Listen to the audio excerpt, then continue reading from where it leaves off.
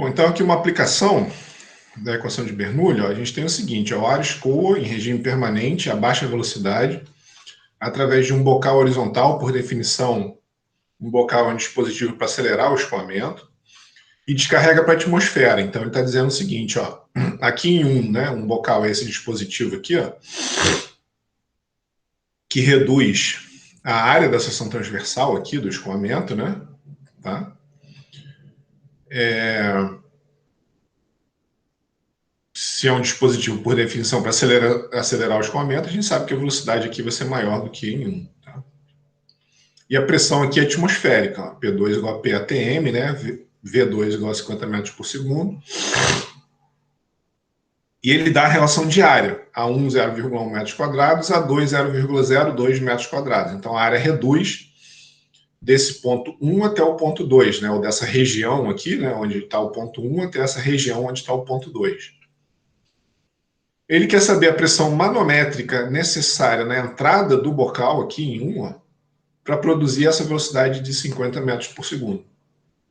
Tá? Então ele está mostrando aqui ó, a linha de corrente. A gente tem uma relação de pressão, velocidade e área que a gente quer saber, né? Quanto tem que ser a pressão aqui para essas condições aqui de saída. Tá? Então, quanto tem que ser a pressão 1 aqui para que a velocidade V2 seja de 50 metros por segundo nessas condições aqui. Bom, se a gente tem uma linha de corrente sem trabalho, sem calor, e se a gente assumir que a gente está aqui na linha de centro, ó, longe das superfícies sólidas, a gente pode aplicar Bernoulli aqui nessa região que a gente está assumindo que é curta também, né? A gente assume que isso é uma região muito estreitinha, tá? E aí a gente pode aplicar Bernoulli. Então ele quer saber P1 menos pressão atmosférica, né? Certo? Se ele quer saber a pressão manométrica, aqui, ó, gauge pressure, né? Ele quer saber P1 menos a pressão atmosférica. Então vamos às hipóteses desse problema. Escoamento em regime permanente, ele já falou aqui em cima, né? Escoamento incompressível, a gente assume por hipótese que é incompressível, ele fala que baixa velocidade. Então lembra que para velocidades baixas o escoamento é considerado incompressível, ele só é compressível quando o Mach for maior que 0,3, onde o número de Mach é a relação entre a velocidade e a velocidade do ar naquela condição, né? Escoamento invíscido, então a gente despreza os efeitos da viscosidade. Escoamento ao longo de uma linha de corrente aqui, entre 1 e 2 aqui, né? Tá a linha de corrente. Se a gente pensar na equação da energia, a gente tem que imaginar o escoamento ao longo de um tubo de corrente, entre duas linhas de corrente, né? Tá? Então essa é a hipótese 4 para o escoamento, quando a gente quiser fazer a análise em termos de força, e essa é a hipótese 4 quando a gente quer fazer a análise em termos de energia. A hipótese 5 é que não há variação da energia potencial. E a hipótese 6 é que o escoamento é uniforme na seção 1 ou 2, ou seja, a gente despreza o perfil de velocidade que se forma aqui, ou se parabólica, ou seja lá qual ele for, e considera uma velocidade média. Então a gente considera que o V2 que a gente está calculando aqui é uma velocidade média nessa seção aqui, tá? Nessa região aqui. Então, de hipótese de todas essas hipóteses, a gente pode usar a equação de Bernoulli. Tá? P sobre ρ mais V ao quadrado sobre 2 mais GZ igual a constante, ou P1 sobre ρ mais V1 ao quadrado sobre 2 mais GZ1 igual a P2 sobre ρ mais V2 ao quadrado sobre 2 mais GZ2. Tá? Então a gente pode aplicar a equação de Bernoulli ao longo de uma linha ou tubo de corrente entre 1 e 2 para avaliar P1. Né? Lembra que a gente quer o P1. Tá? Então, ó, se a gente fizer isso, olha só, aqui a gente deu um pulo um pouco grande, né? Mas é o seguinte, ó, pela hipótese 5, esse cara aqui foi embora. Certo? Então, o que a gente ficou? Que P1 menos P2, ó, o P2 veio para cá, né? P1 menos P2, que é igual a P1 menos pressão atmosférica, porque o P2 está na pressão atmosférica, que é justamente o que a gente quer, né? O P1 menos a pressão atmosférica. Ele pediu a pressão manométrica, certo? Então, se eu fizer essa conta aqui, ó, Rho sobre 2, porque Rho sobre 2 era P1 sobre Rho, né? P2 sobre Rho, então o Rho passou multiplicando para o lado direito. Então tinha um meio aqui da velocidade, V2 ao quadrado menos V1 ao quadrado. A gente não sabe o V1, que pode ser obtido da continuidade. Lembra que eu falei isso aqui atrás, né? Que quando a gente escreve a equação de Bernoulli, a gente está analisando, a gente fez um balanço de força ao longo de uma linha de corrente, e a continuidade ela é automaticamente satisfeita. Mas, na verdade, a gente eventualmente vai precisar escrever a continuidade para a gente obter grandezas desconhecidas. No caso aqui, é a velocidade em 1. Tá? A gente sabe a velocidade em 2, mas não sabe a velocidade em 1. Então, a gente quer o P1, a gente tem o V2, mas não tem o V1. Então, a gente tem uma equação e duas incógnitas. Mas a segunda equação é a continuidade. Então, a gente vai ter duas equações e duas incógnitas. Tá? Beleza? A continuidade fornece a segunda equação para fechar o problema. Né? Então, o que vem da continuidade? Menos A1 V1 mais A2 V2 igual a zero. Ou então, V1 é a relação entre área, A2 A1, né? A relação entre essa área A2 A1, vezes o V2 que a gente sabe. Qual é a relação de área? 0,02 foi dado, né? Sobre 0,1 vezes 50, 10 metros por segundo. Então, o V1 é 1/5 de V2. Tá? Então, para o ar nas condições normais de temperatura e pressão, a gente pode usar que a massa específica do ar é 1,23. Então, massa específica 1,23, 50 ao quadrado, menos 10 ao quadrado, 1,48 kPa. Tá? Então, essa é uma consequência muito importante de Bernoulli. Sempre que a gente diminui a área, a gente aumenta a velocidade. Tá? Quer dizer, na verdade, essa é uma consequência da continuidade. Você diminui a área, você aumenta a velocidade. Mas a consequência de Bernoulli, desculpa, agora sim é a consequência de Bernoulli, né? Você diminui a área, se você diminuir a área, você consequentemente diminui a pressão. Tá? Então a pressão caiu de 1,48 para a pressão atmosférica, para zero. Né? P2 é zero, manométrico. E P1 é 1,48 manométrico. Então a gente está aqui a 1,48. Então se a área diminui, a velocidade aumenta e a pressão diminui. Tá?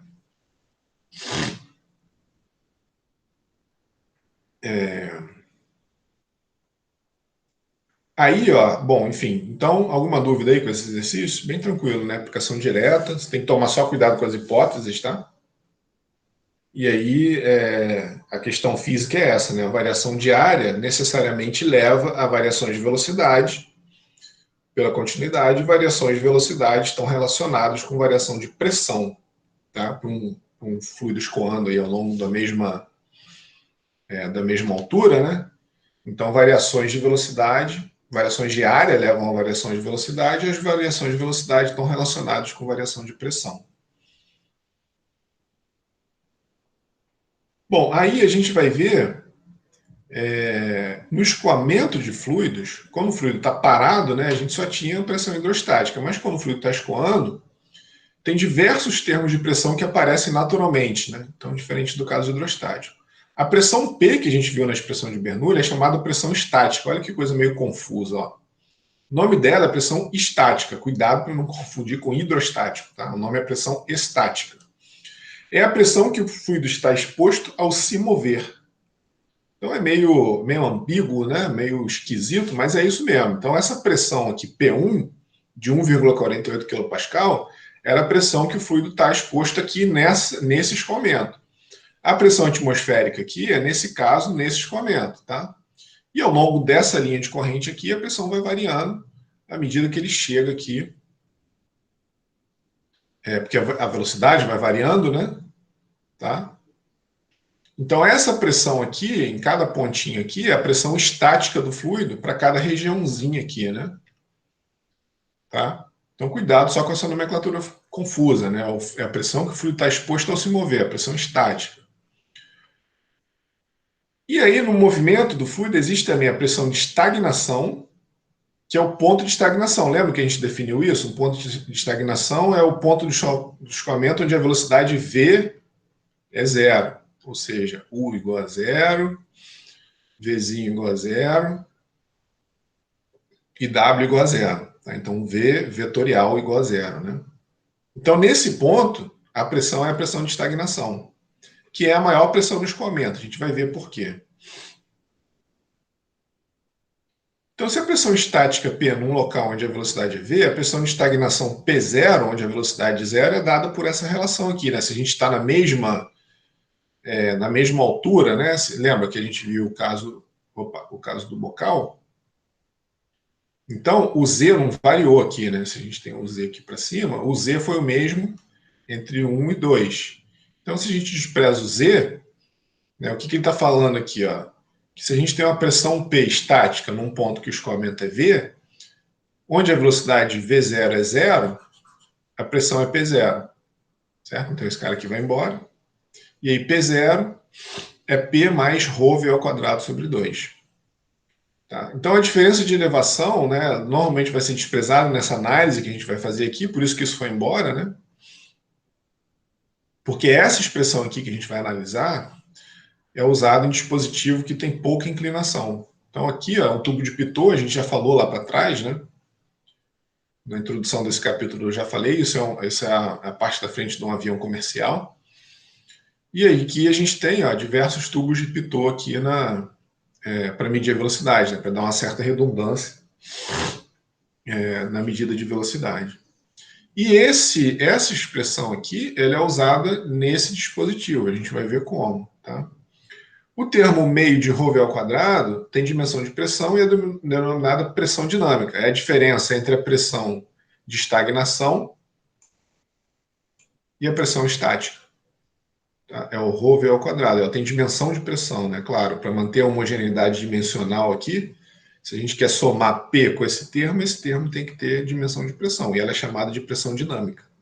É a diferença entre essas pressões aqui, né? De estagnação e a estática. Nesse caso aqui, no escoamento, se desenvolvendo sem variação de altura, né? Tá? Alguns exemplos de pontos de estagnação, né? O bordo de ataque da asa do avião, né? E o nariz do avião. Então, nesses pontos, a pressão P0 é P, a pressão estática, que em algum outro caso, em algum outro local da linha de corrente, mais ρV ao quadrado sobre 2. Tá? Mais a velocidade que ela tinha antes de se desacelerar. A gente tem aqui um escoamento contra uma placa, né? Então a gente tem um ponto de estagnação aqui, ó, na origem, e uma bola sendo arremessada também tem um ponto de estagnação aqui, bem de frente para o escoamento, né? Então é a região que está de frente para o escoamento, onde todas as componentes de velocidade são zero.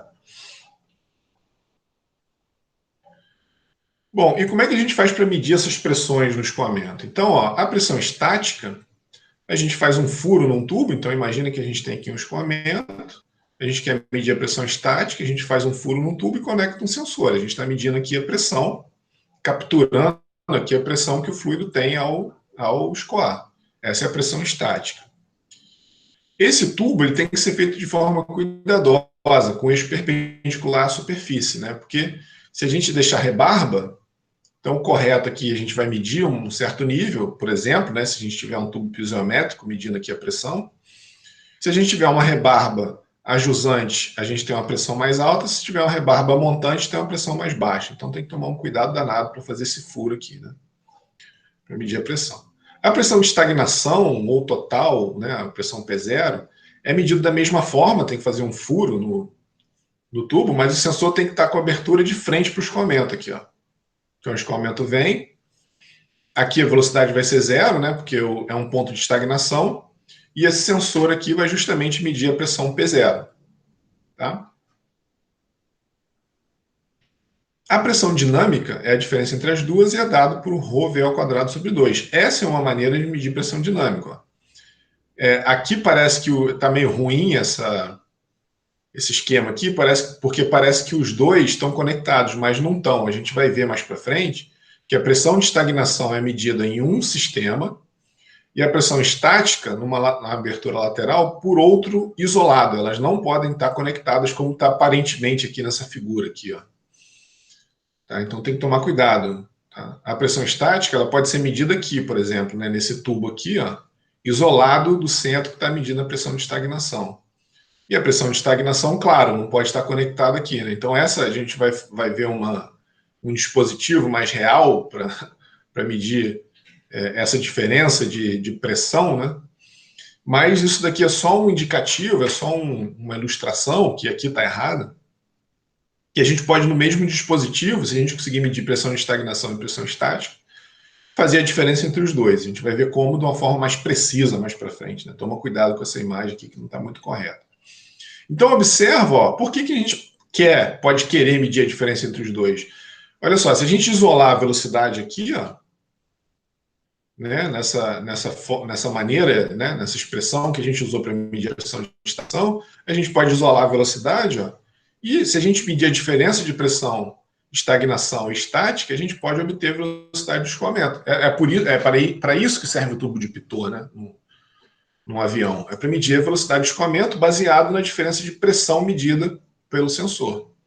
Tá? Então, se a pressão de estagnação e a pressão estática forem medidas em um ponto, a gente pode determinar a velocidade do escoamento. Outra configuração, então, isso daqui é um sensor de Bourdon, né?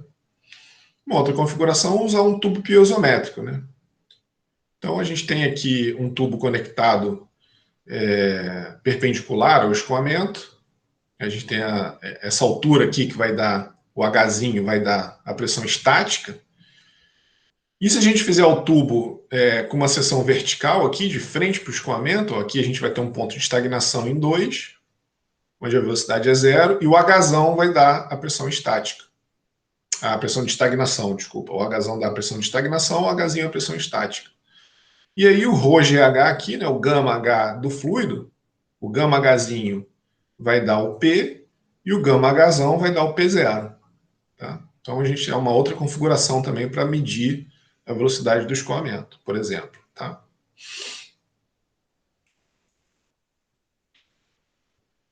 Bom, aí vem o conceito do tubo de Pitot. Em aplicações práticas, a pressão de estagnação é medida por um sensor com fluido com furo voltado para o escoamento, que é esse sensor aqui, que é um tubo de Pitot. Então, ele pode ser chamado de sensor de pressão de estagnação ou tubo de Pitot, tá vendo? É um sensorzinho, aqui vai conectar no manômetro, e aqui tem um pequeno furo por onde o fluido, por onde o escoamento é sentido, por onde a pressão do escoamento é sentido. O sensor tem que estar alinhado com o escoamento e cuidado, né, que aqui não existe escoamento para dentro desse sensor. Né? O que acontece é justamente isso daqui que está sendo mostrado, ó, nessas imagens aqui atrás. Ó. Existe um ponto de estagnação, quando a gente tem um sensor aqui aberto, né, ou aqui, o fluido não vai entrar para dentro do sensor. As linhas de corrente, essa linha de corrente aqui, ela adquire velocidade 0 ali, né? E as em torno dela contornam um fluido. Aqui também é a mesma coisa. Então aqui acontece exatamente a mesma coisa. Essa linha de corrente que está encontrando aqui o furo, ela vem aqui e para. Tá? Aqui a velocidade é 0, ela não entra ali para dentro.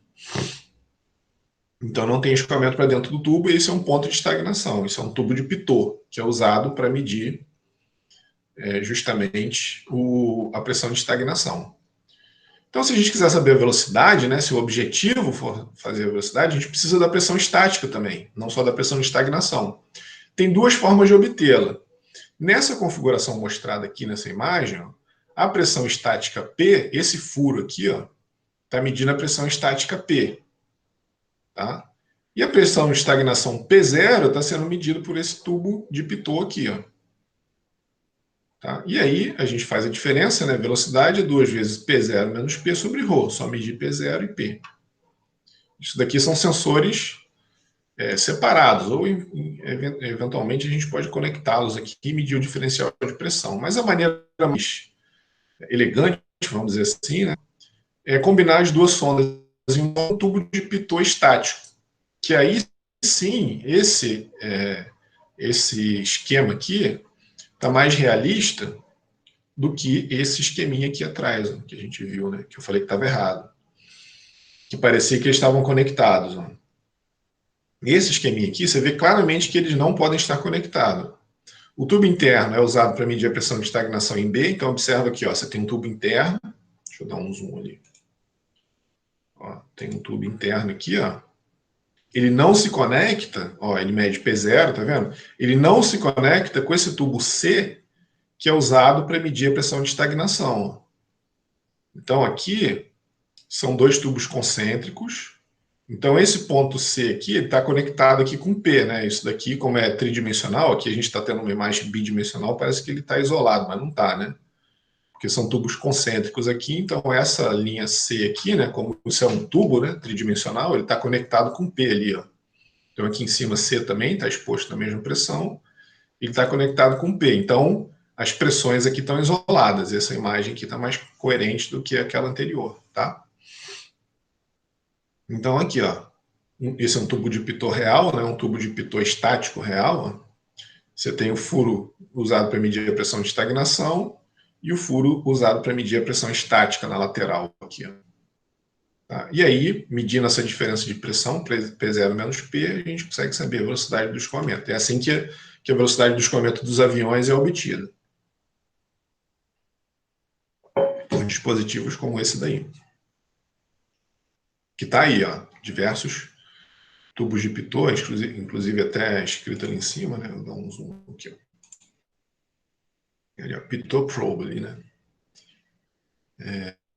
Aquecida para evitar congelamento, né? Porque você está lá a 30 mil pés de altitude, a temperatura do ar é muito baixa, então você pode ter um congelamento aqui e fazer o pitot congelar e não medida, né? O ar não encosta, você não conseguir mentir, claro, se você tampar aqui, você não sente a pressão do ar, né? Então ele está dizendo ali, ó, aquecido eletricamente por 24 volts, justamente porque se começar a congelar, se descongela, aquece isso aqui e descongela. Aquele voo da Air France, né? Não sei se vocês acompanharam em 2011, se eu não me engano, foi o tubo de pitot que congelou e aí o piloto perdeu a leitura de velocidade, ele não sabia direito como reagir. Na verdade, não era para ele fazer nada, né? Porque o avião ele continuou voando, mas sem dado de velocidade. Mas tudo bem, ele estava voando normalmente. Então ele fez uma interpretação equivocada e acabou fazendo com que o avião entrasse em stall, né? E aí ele caiu. Enfim, foi um tubo de pitot que congelou e gerou uma leitura errada naquele voo da Air France. Aqui está um outro tubo de pitot. Aqui mais um. Então aqui você vê, né, aviões grandes, né? Aviões grandes contra aviões pequenos, aviões a jato, né? E aviões a turbohélice aqui, né? Aviões menores, tá? Então é a maneira como é feita a medida de velocidade nos aviões e essa daqui é a expressão que permite obter a velocidade pelo tubo de pitot, tá? Aqui está uma questão de ordem prática, de novo, né? É de um outro livro-texto que eu tirei. Aqui é o sensor de pressão de estagnação conectado no sensor de pressão estática. Então aqui você tem um diferencial de pressão aqui, tá? Um sensorzinho que dá o diferencial de pressão. E o que ele está mostrando aqui é se você inclinar o tubo com relação à linha de corrente, né? Com relação ao escoamento, você pode acabar tendo erros aqui, ó, de pressão estática de até 10%, por exemplo, se está a 20 graus, e a pressão de estagnação de 20 graus, por exemplo, quanto de erro que você tem, né? Menos 10%. Né? Tá? Então, ele tem que estar bem alinhadinho ali com o escoamento. Tá? Se você tem um escoamento numa direção e o sensor na outra, você pode ter erros de medida. Bom, aqui um outro exemplo, ó. Um tubo piezométrico e um tubo de pitot, eles estão conectados num tubo horizontal para medir a pressão estática e de estagnação. Para essas colunas de água aqui, determina a velocidade no centro do tubo. Então ele quer saber a velocidade aqui, né? Nessa região aqui, com essas medidas de pressão estática e de estagnação. Isso daqui é só uma observação, porque eu já peguei alguns erros de vocês em prova e tudo mais, então cuidado, né, com as hipóteses, né? Então, olha só. O primeiro manômetro aqui, ó, ele está medindo a pressão estática. O segundo é de estagnação, e a diferença entre eles é a pressão dinâmica. A gente não consegue aplicar Bernoulli daqui para cá. Por que eu estou falando isso? Porque de vez em quando eu pego uns erros desses, sim, né, em aplicação da equação de Bernoulli. A gente tem que aplicar, lembra que a gente tem que aplicar ao longo da linha de corrente. Tá? Então você não pode aplicar Bernoulli daqui para cá, que você está cruzando várias linhas de corrente aqui, né? As linhas de corrente estão aqui perpendiculares. Certo? Então a gente só pode aplicar a equação de Bernoulli, óbvio, né? Do 1 para o 2 aqui, porque a gente está assumindo que a gente está na mesma linha de corrente aqui. Tá? Só uma observação para vocês tomarem cuidado com isso. Tá? Então, escoamento em regime permanente, escoamento incompressível, invícido, ao longo de uma linha de corrente. E no mesmo nível, ali, Z1 e Z2. Né? Então, de todas essas hipóteses, a gente pode usar a equação de Bernoulli, entre 1 e 2. Tá? P1 sobre ρ, mais V1 ao quadrado sobre 2, mais GZ1, igual a P2 sobre ρ, mais V2 ao quadrado sobre 2, mais GZ2. Tá? Só que como é que a gente obtém as pressões aqui? Ó? Pela manometria. Aqui o fluido está estático, né? Nessa direção aqui, ó, o fluido está parado, né? Certo? E aqui também. Ó. Então aqui a gente usa hidrostática. Então são dois conceitos diferentes. Ó. P1, ρg é H1 mais H2. H1 é o raio do tubo. H2 é a altura aqui, né? Com relação à parede do tubo até o nível desse reservatório. E o P2, você tem que levar em conta o H3 também, ó, até a superfície livre desse outro nível aqui que está medindo a pressão estática. Tá? Então, o ponto 2 é um ponto de estagnação, V2 igual a zero. Né? Então, aplicando Bernoulli entre 1 e 2, fica com a expressão direta aqui, ó, da... Opa, será que tem um erro aqui? Peraí. A expressão direta, não está certinho. A expressão direta da velocidade com base nessas medidas. Só que P2 menos P1, se você subtrair esses dois caras aqui, ó, só sobra o H3, tá vendo? Tá? P2 menos P1 só vai sobrar o H3, ó, porque o H1 mais H2 vai ser simplificado. Então a única coisa que interfere aqui, ó, é esse H3 aqui. Então, o que é o V1? Raiz de 2GH3. Ou seja, a velocidade só depende dessa diferença de altura nessa configuração. Toma cuidado, tá? Então, V1 é 2 vezes G, vezes H3, 0,12, 1,53 metros por segundo. Tá?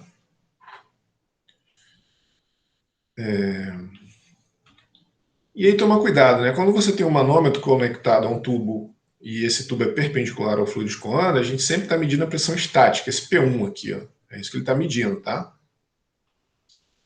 Só que a forma como a pressão estática se relaciona com os outros termos da equação de Bernoulli, aí é outra questão. Só a aplicação de Bernoulli vai dizer. Então você tem que tomar cuidado para não generalizar, né?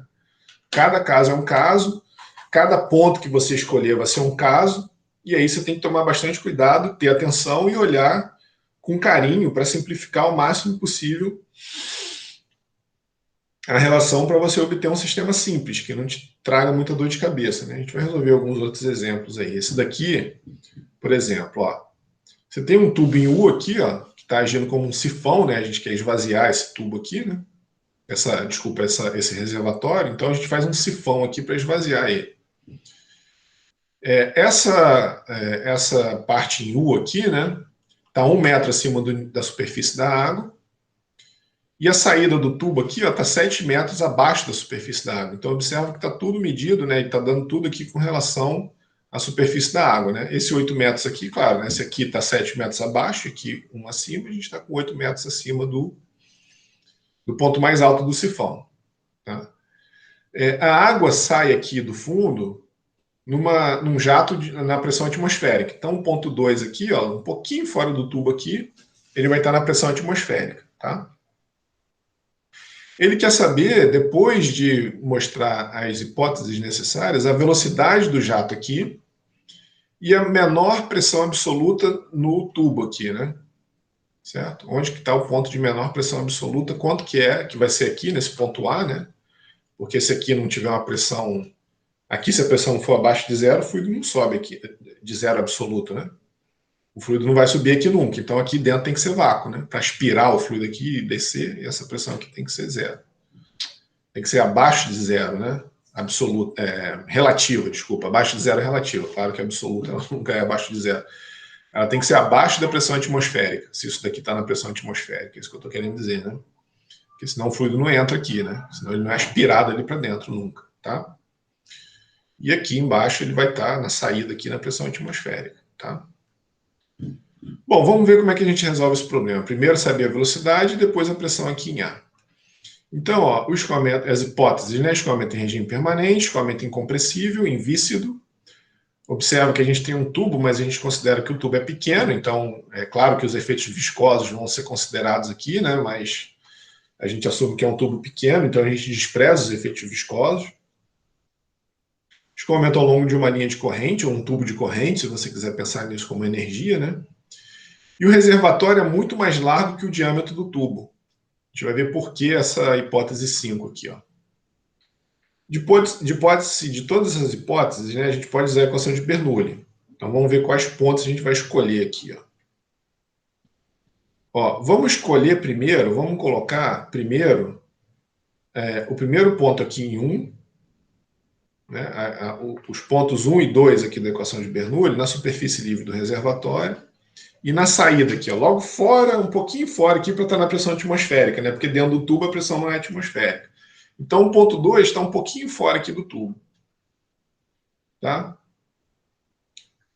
Como a área do reservatório é muito maior que a área do tubo, a gente assume que essa velocidade aqui é aproximadamente igual a zero, pela continuidade, né?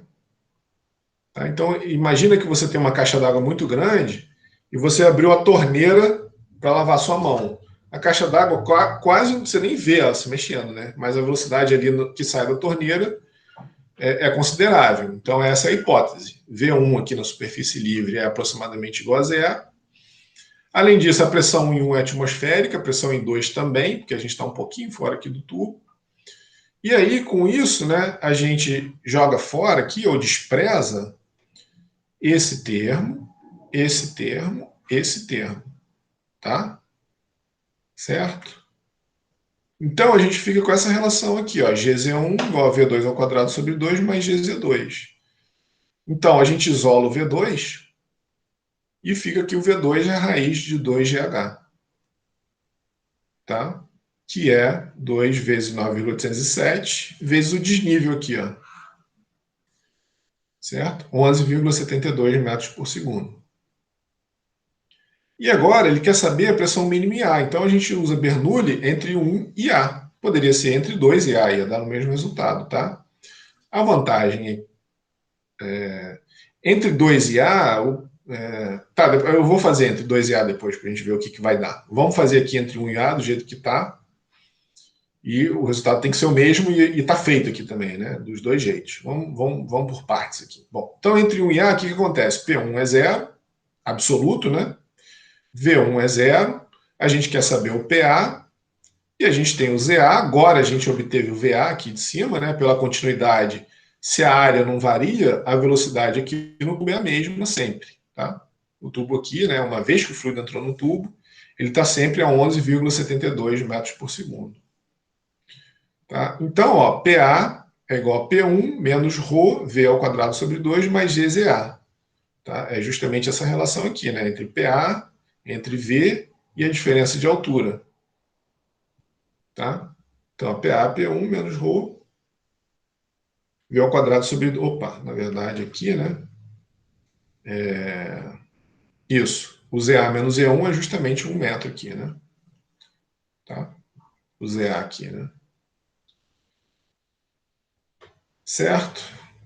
Então, quanto maior a soma de energia cinética e potencial, menor a pressão em A. Né? Quanto maior o A for aqui, ó, maior o Z for aqui, ou maior a velocidade no escoamento, menor vai ser a pressão. Então, jogando ali em valores, né? Então, P1 absoluto ou zero manométrico, né? Tanto faz, aí você escolhe se você quiser trabalhar em manométrico absoluto. Aqui ele está pedindo absoluto, então a gente fica com essa relação aqui de cima, ou 78,38 manométrico, tá? Só jogar valores aqui, massa específica da água, velocidade do escoamento que a gente obteve, e 1 metro ali, tá? Então, 22,92 absoluto ou menos 78,38 vácuo, né? 78 kPa, 74 kPa vácuo, ou aproximadamente 23 absoluto, tá? Certo? Agora, olha só, daqui para frente eu fiz uma série de observações baseado de novo, né? Da mesma forma que eu comecei falando esse exercício aqui, ó, eu fiz uma observação aqui já no início, que é baseado em alguns erros que vocês normalmente cometem, né? Aqui eu fiz a mesma coisa. Daqui para frente, eu fiz umas observações com algumas questões que normalmente vocês se enrolam, né? Então, por exemplo, muitas vezes as pessoas acham que a pressão aqui, ó, dentro do tubo, é ρGH, por exemplo. Ela não vai ser ρGH porque o fluido está escoando. Então, você tem que levar em conta também o fato do fluido ter uma certa velocidade. Lembra que a pressão, quando você mede, a pressão estática é a pressão do fluido escoando, diferente da pressão hidrostática, que é o ρGH. Tá? Então, se o fluido está escoando, para qualquer profundidade aqui, a gente não pode, uma vez que o fluido escoa, né, assumir que a pressão aqui é ρGH. A gente tem que aplicar Bernoulli nesse caso. Tá? Então, é isso que a gente vai fazer aqui, ó. O que eu fiz aqui? Ó? Eu joguei o ponto 1 aqui dentro. Tá? Então, agora, em vez do ponto 1 ser na superfície livre, o ponto 1 é dentro do tubo. E eu mantive o ponto 2 ali fora. Tá? A gente já viu que fazendo o ponto 1 na superfície livre, a gente chegou nessa relação aqui. Ó. E2 é raiz de 2GH. Tá? Então, se a gente colocar o 1 dentro do tubo, a gente tem um problema, porque a velocidade não varia de 1 para 2. E ele quer a velocidade, certo? Então, ó, vamos ver o que acontece. Ó. Se a gente colocar o ponto 1 dentro do tubo, em Z igual a zero, resolvendo, a gente tem isso daqui, ó, P1 igual a pressão estática, que é a pressão do fluido, né, se movendo, é ρgZ2. Então, nesse caso, se eu quiser saber quanto que é a pressão estática aqui, é só fazer esse desnível aqui, ó, tá? Certo? Então, a gente tem a variação de energia potencial se relacionando com a pressão para a mesma energia cinética, porque a pressão não está variando. Quanto menor Z2, menor a pressão estática em 1. Quanto mais para baixo, né, esse tubo estiver largando na pressão atmosférica, menor vai ser a pressão ali, vai ser o vácuo gerado ali em cima. Tá? Como a gente quer a velocidade, ó, a primeira coisa que ele pediu aqui foi a velocidade, essa escolha foi ruim. A gente não consegue determinar a velocidade aqui. O máximo que a gente consegue saber é a pressão estática. Essa conta tem que dar isso que eu tinha falado anteriormente, né? A mesma conta quando a gente veio de 1 aqui, ó. Observa que a gente obteve essa pressão absoluta partindo de 1 aqui, ó. Se eu partir de 2, se eu partir do 1 aqui dentro, na verdade, ó, na verdade é a pressão estática aqui, né? Cuidado. Cuidado, que eu falei uma besteira aqui, ó. Nesse caso, ele está pedindo a pressão estática aqui em cima. Se a gente fizer o 1 aqui dentro, a gente vai ter a pressão estática nesse ponto aqui, tá? É a pressão 1, é a pressão estática. Não foi o que pediu anteriormente. Anteriormente tinha pedido a pressão estática aqui. Mas eu poderia, se eu tivesse aplicado a equação de Bernoulli entre A e 2, aí sim eu conseguiria obter a pressão estática aqui vindo de 2. Tem que dar o mesmo 22,92 kPa. Tá? Isso aqui é o seguinte, ó, P2 sobre... Opa, P2 sobre ρ, né? P2 sobre ρ, mais V2 ao quadrado sobre 2, mais GZ2, opa, PA, tá, tudo bem. PA sobre ρ, mais VA ao quadrado sobre 2, mais GZA, certo? Se eu assumir que a origem está aqui, em A, esse cara aqui é zero, o VA vai embora porque é o mesmo, né? VA e V2 é o mesmo. Então eu fico, o P2 é a pressão atmosférica, né? Que o PA igual a ρg Z2, certo? Que vai ter que dar o mesmo que a gente obteve aqui, certo? É a mesma coisa. Deixa eu fazer conta aqui. Vamos ver se isso vai bater. Então, 999 vezes 9,807 vezes 8. 78,37. Olha lá, 78,38, tá vendo? Certo? Ali, ó. Manométrico, né? Tá? Então, de fato, deu a mesma coisa, tá? Certo? Então, a escolha é sua. Por onde você quer vir, a escolha é sua. Tem que dar a mesma coisa. Certo? Então, isso que eu estou falando. Agora, se a gente quisesse saber a velocidade dentro do tubo, se eu colocasse, que foi a primeira coisa que ele pediu, se eu colocar. Opa, foi mal. Se eu colocasse o ponto 1 dentro do tubo ou começasse analisando aqui em qualquer outro ponto, eu não teria como ter a velocidade. Então, eu tenho que escolher dois pontos que a energia cinética varia, para eu ter como calcular a velocidade. Então, nesse caso aqui, se eu botasse o ponto 1 aqui para saber a velocidade, eu não ia tirar a velocidade, porque ela não varia. Ela é uma das coisas que são simplificadas, tá? Agora, se 2 aqui, ó, for na superfície livre, onde originalmente estava o 1, e mantendo o 1 dentro do tubo, olha que interessante, ó.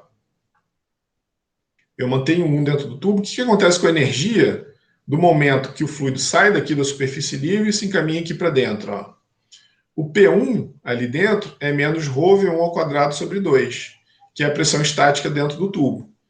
Nesse caso, se eu colocasse 1 e 2 assim, eu não sei nem P1 nem V1, né? Se eu fosse querer saber a velocidade aqui do jato e escolhesse o 2 na superfície livre e o 1 dentro do tubo. Poderia, sim, mas eu não tenho nem V1 nem P1, como é que eu saio dessa? Tá? Certo?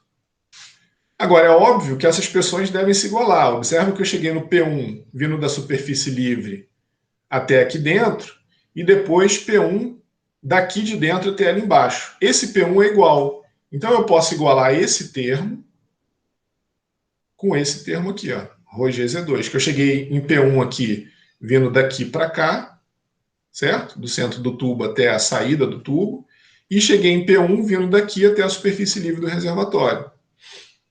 Então o P1 é o mesmo. Então eu posso igualar essas duas expressões. Olha lá, exatamente a mesma coisa que a gente obteve vindo direto daqui para cá. Tá?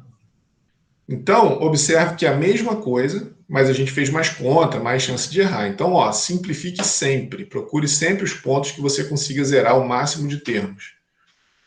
Tá? Beleza? E cuidado que a pressão ao longo aqui desse reservatório não é ρgH, porque você tem um termo de energia cinética que também tem que ser levado em conta. Tá? A pressão estática em qualquer ponto do tubo pode ser dado por essa relação aqui, ó, vindo de 1 no tubo e 2 na saída. Então eu posso querer saber a pressão estática em qualquer lugar, ó, P1 é gama Z2 menos Z1. Né? Essa expressão aqui só é válida se eu aplicar 1 em qualquer região do tubo aqui e 2 aqui na saída. Então eu posso saber fazer um mapa aqui de pressão ao longo do escoamento. Tá? Saber a pressão estática aqui em cada ponto aqui desse escoamento. Tá?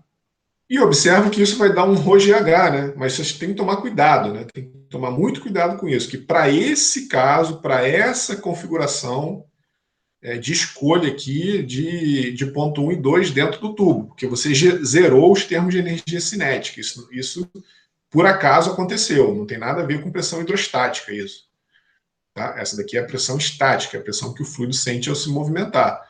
Aplicando Bernoulli entre 1 aqui dentro do tubo e 2 na saída aqui, do lado de fora do tubo, você tem, de fato, um ρgH, mas não tem nada a ver com hidrostática. Tá? Foi só uma maneira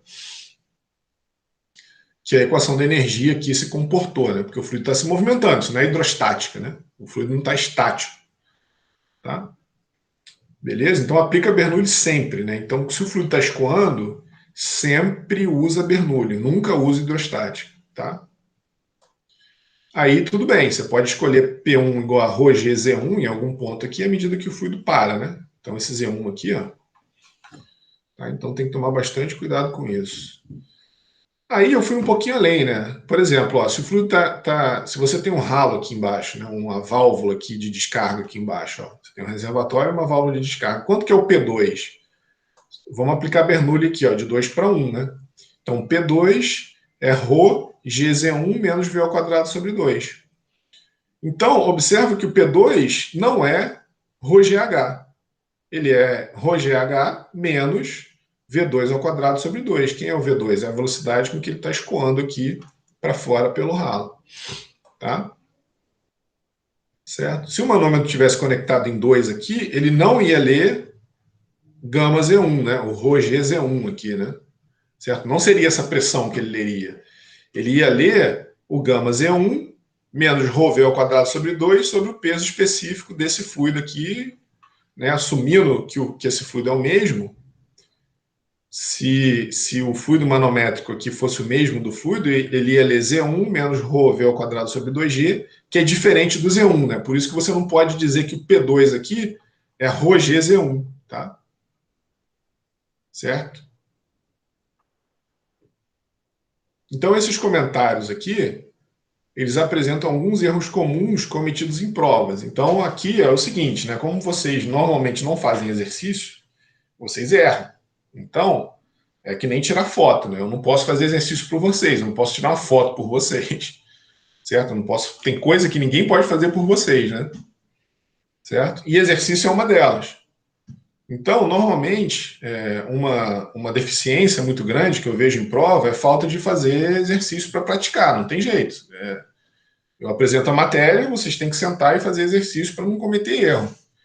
Só que sem exercício, né? E aí não adianta falar, normalmente eu falo isso bastante, mas ainda assim, dificilmente vocês fazem exercício, né? Então eu resolvi botar aqui na parte da matéria alguns erros comuns, para ver se vocês não cometem esses erros nas provas, né? Tá? Mas enfim, fica aí registrado. E aí, ó, é interessante observar a diferença na configuração desses dois exemplos. Ó. A gente fez esse exemplo e a gente fez esse exemplo. Ó. E observa que aqui teve uma misturinha, né, de hidrostática com Bernoulli. Por quê? A gente usou um tubo manométrico aqui, né, um tubo piezométrico, para medir a pressão. Só que aqui Bernoulli não vale, né? Porque o fluido está parado aqui, né? Na vertical aqui não tem escoamento. Certo? A porção em movimento cruza a linha de corrente.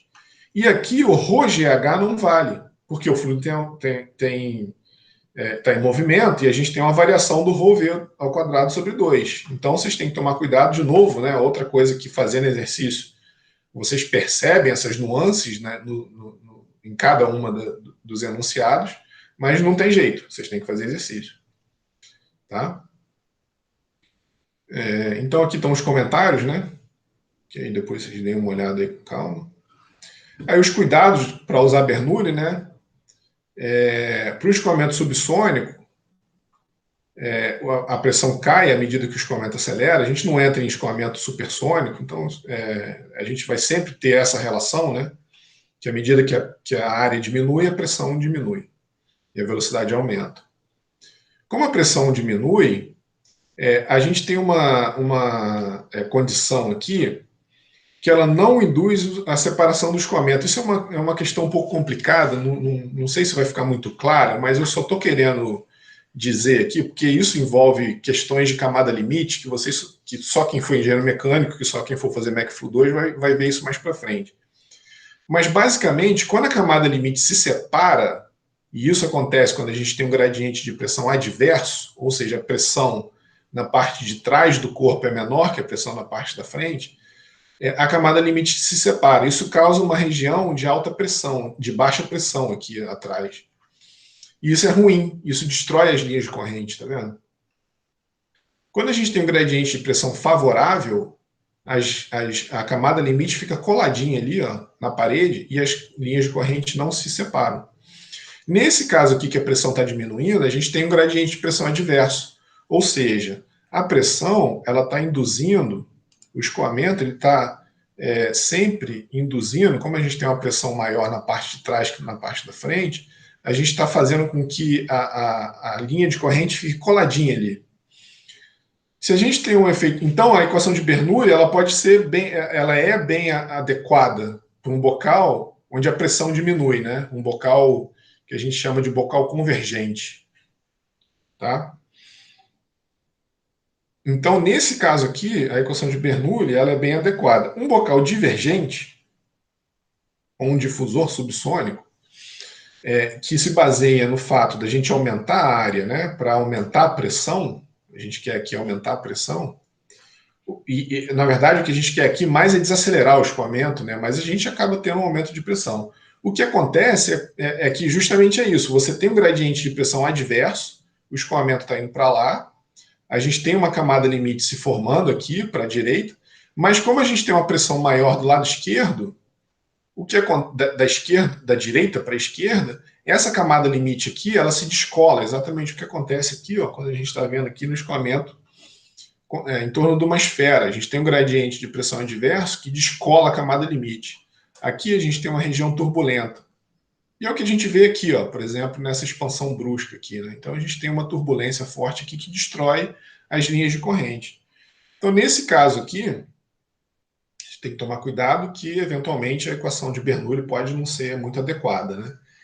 Então, quando a gente tem regiões com gradiente de pressão adversa, a gente tem que tomar bastante cuidado na hora de aplicar Bernoulli, tá? Porque nesses dispositivos, a gente vai ter, no máximo, uma boa aproximação, assumindo que as linhas de corrente não foram interrompidas, né? Então, se a gente tem uma separação aqui, como a gente está vendo aqui, ou como a gente está vendo aqui, e isso chegar ali na linha de centro do escoamento, aí já era, né? Aí a gente até eventualmente pode ter até uma boa aproximação, mas aí não tem jeito, tem que usar Navier-Stokes, né? Tem que fazer uma simulação aqui mais detalhada, tá? A gente conseguiu aplicar bem no caso do sifão, porque observa só o detalhe aqui, ó, a gente assumiu uma entrada arredondada, então não teve muita, a gente assumiu que o fluido entrou aqui de uma forma bem comportada, sem nenhum comportamento turbulento, né? E, de forma geral, também as curvas aqui eram muito bem arredondadas, então essa é uma hipótese que a gente está fazendo, porque a curva sempre induz turbulência, e comprimentos curtos, né? Então, assumindo que ele não é um tubo muito longo, tá? Se o tubo fosse longo, não tem jeito, né? A gente vai estudar isso em perda de carga a partir de amanhã, como é que a gente resolve o caso quando a gente tem um tubo longo e o que a gente faz para considerar, por exemplo, a variação de pressão entre dois pontos do escoamento quando a gente tem, levando em conta a viscosidade. Observa que aqui a gente sempre desprezou a viscosidade, tá? Quando a gente tem, olha só, tubos estreitinhos e longos, né? Então isso daqui pode estar representando uma válvula de expansão de um sistema capilar, né? Onde a pressão cai bastante dentro de um ar-condicionado, de uma geladeira, né? Para a gente ter uma queda de temperatura. Então é assim que é feito normalmente o tubo capilar, um tubo longo e estreitinho, numa válvula relativamente fechada, meio fechada, né? Então é uma seção de aquecimento, uma expansão brusca. Então são todos pontos que a gente tem que tomar muito cuidado na hora de aplicar a equação de Bernoulli, porque os efeitos do atrito são normalmente significantes nessas passagens aqui, né? Nessas regiões que eu estou mostrando aqui, que de forma geral a equação de Bernoulli não é respeitada, né? Porque a gente pode ter aqui, ó, as linhas de corrente são interrompidas aqui, né? Quando a gente tem essa válvula meio fechada, quando a gente tem um circuito muito estreito, a gente tem uma turbulência aqui sendo induzido, porque a gente tem, não necessariamente a turbulência, né? Mas como a gente tem uma parede muito estreita, mesmo que não haja turbulência, a gente tem um efeito viscoso agindo em toda a parede, né? A gente tem cisalhamento necessariamente acontecendo em toda a parede, tá? Um tubo maior, a gente pode ter eventualmente um perfil de velocidade um pouquinho menos agressivo, a gente pode assumir que no centro do tubo a linha de corrente não tem um efeito da viscosidade tão agressivo quanto na parede do tubo, né? Se vocês derem uma olhada lá na aula de análise diferencial, vocês vão ver o perfil de tensão de cisalhamento que se desenvolve no escoamento interno. Então, vocês vão ver que no centro aqui, de fato, o cisalhamento é nulo. Mas se um tubo for muito estreitinho, você acaba, por mais que ele seja nulo, você está um pouquinho para fora aqui, você já tem influência da viscosidade, tá? Beleza? Então lembra que nesse caso aqui, ó, a gente estava longe da parede, ó. Foi por isso que nesse exemplo aqui que a gente fez, a gente escolheu uma linha de corrente bem no centro, para estar o mais longe possível aqui dos efeitos da parede aqui no escoamento, tá? Então, se for uma seção que tem bomba, turbina, isso a gente já falou, né? Ventilador ou qualquer outra máquina, esses dispositivos destroem a linha de corrente e a gente não pode usar Bernoulli. No transiente também não vale, a gente assumiu o regime permanente, tá? E se a gente quiser escrever a equação de Bernoulli em regime transiente compressível, a gente não vai ver isso aqui, né? Só para ficar registrado. A gente não pode tirar o ρ de dentro da integral e a gente tem aquele termo de dv/dt que a gente tinha jogado fora, que tem que integrar também, tá? Algumas aulas práticas aqui, tem um desses vídeos aqui, é bastante engraçado, é um professor que na década de 80 fez bastante sucesso nos Estados Unidos, uma série de shows na televisão, né, de programas de televisão, e ele é uma figuraça, assim, então eu recomendo que vocês vejam, tem uma série de vários vídeos dele, se vocês entrarem no canal dele, é Julius Summer Miller o nome do cara, é um desses três aqui, eu não lembro direito qual é, mas é muito engraçado, ele é uma figura, assim, ele é um cara empolgadaço, se amarra no que ele está mostrando, então é interessante, né, pelo menos, se não for por mecânica dos fluidos, pelo menos é um momento de relaxamento aí, muito bacana. Um desses três aqui. Tá? E aí, bom, então terminamos essa parte de Bernoulli. Essas foram as referências que eu usei, né, de texto, de figura e tudo mais. Né? Eu tirei dos livros clássicos aí de mecânica dos fluidos. Acabamos essa parte. Alguma pergunta aí? Leonardo ou Vitor? Não, professor. Beleza?